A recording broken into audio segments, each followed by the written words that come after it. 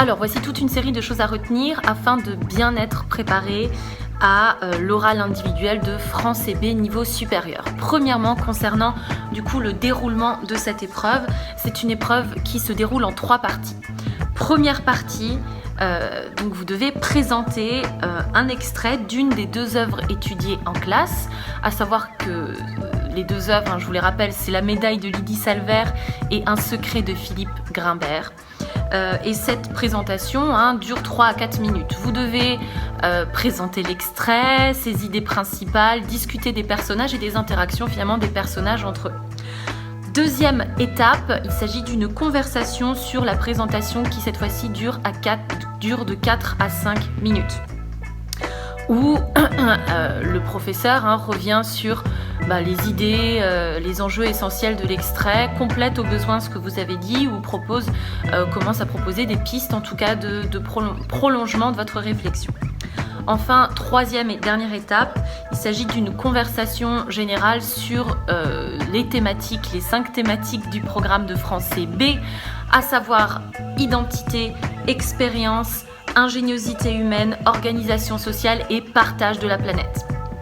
Donc à vous de bien revoir le vocabulaire lié à ces différentes thématiques et de bien évidemment réviser les contenus des séquences abordées en cours. Je rappelle toujours concernant le déroulement que vous avez 20 minutes de préparation et uniquement le droit à 10 points puces. Donc ça veut dire que vous n'avez le droit qu'à 10 bullet points pour organiser, pour structurer votre présentation. Concernant les révisions et peut-être les petites astuces de révision, pensez à bien relire les fiches de lecture sur les œuvres étudiées, sur les enjeux de l'œuvre tout en particulier. Pensez à reparcourir peut-être pour chaque œuvre aussi très rapidement, mais les passages principaux.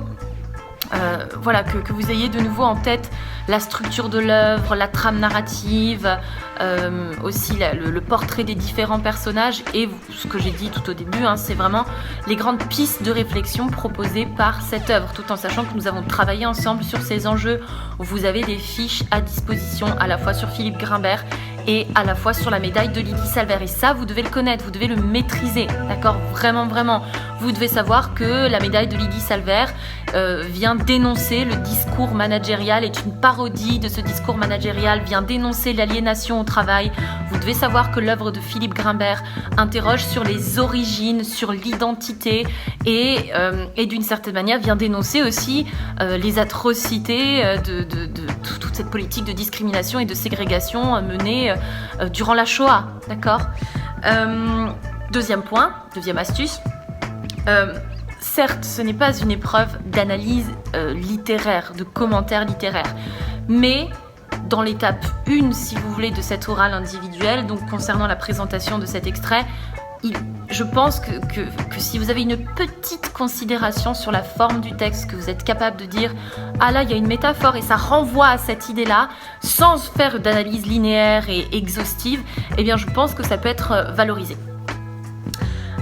Évidemment, troisième astuce de révision, pensez à revoir les préparations que nous avons pu faire ensemble, d'accord, ou que vous avez mené des fois de manière individuelle à propos des oraux. On a fait des oraux blancs, et bien il s'agit de réviser ça. Concernant le barème, alors, premier point, la langue. Sur 12 points, c'est le critère principal, la langue, et c'est évident, d'accord ? Donc, surveillez tout ce qui relève de la communication verbale. Évitez à tout prix les anglicismes, vraiment. Donc, avant de passer l'oral, peut-être essayez de faire une véritable immersion linguistique, au sens où écoutez un podcast en français, écoutez de la musique, regardez une série, vraiment essayez de vous immerger au maximum dans la langue française, relisez des structures de phrases en français, vraiment, il faut que votre maîtrise de la langue paraisse la plus idiomatique possible. Or, vu votre niveau, c'est tout à fait possible, d'accord ?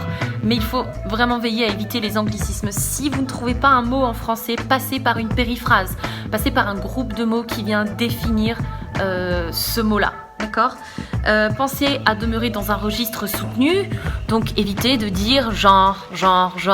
c'est un peu le français du like. Ben là, vous évitez le genre parce que ça parasite totalement votre diction. Donc ayez conscience de ça et prenez le temps de réfléchir. Vous avez le droit d'avoir des hésitations, d'accord? Vous n'êtes pas des robots, vous n'êtes pas des machines. Après, évitez de faire en sorte que créer un acouphène à votre destinataire, d'accord? Mais vous avez le droit à ça. Évitez aussi les OK. Ouais, c'est pas très soutenu. Et enfin, dernier conseil pour la langue, articuler. Prenez bien le temps d'articuler, d'accord? Deuxième critère, le message sur 6 points. Donc, c'est les contenus de votre présentation, de ce que vous proposez. Et donc, vous devez montrer que vous avez bien compris le sens du texte, de l'extrait qui a été choisi, que vous avez pu relier cet extrait aux enjeux de l'œuvre de manière générale. Et surtout, vous devez vous appuyer sur des références claires au texte. Vous devez revenir au texte, d'accord? Vous devez citer le texte, vous devez parler du texte et pas de l'œuvre de manière générale. Troisième critère, la conversation donc par rapport à l'extrait sur 6 points.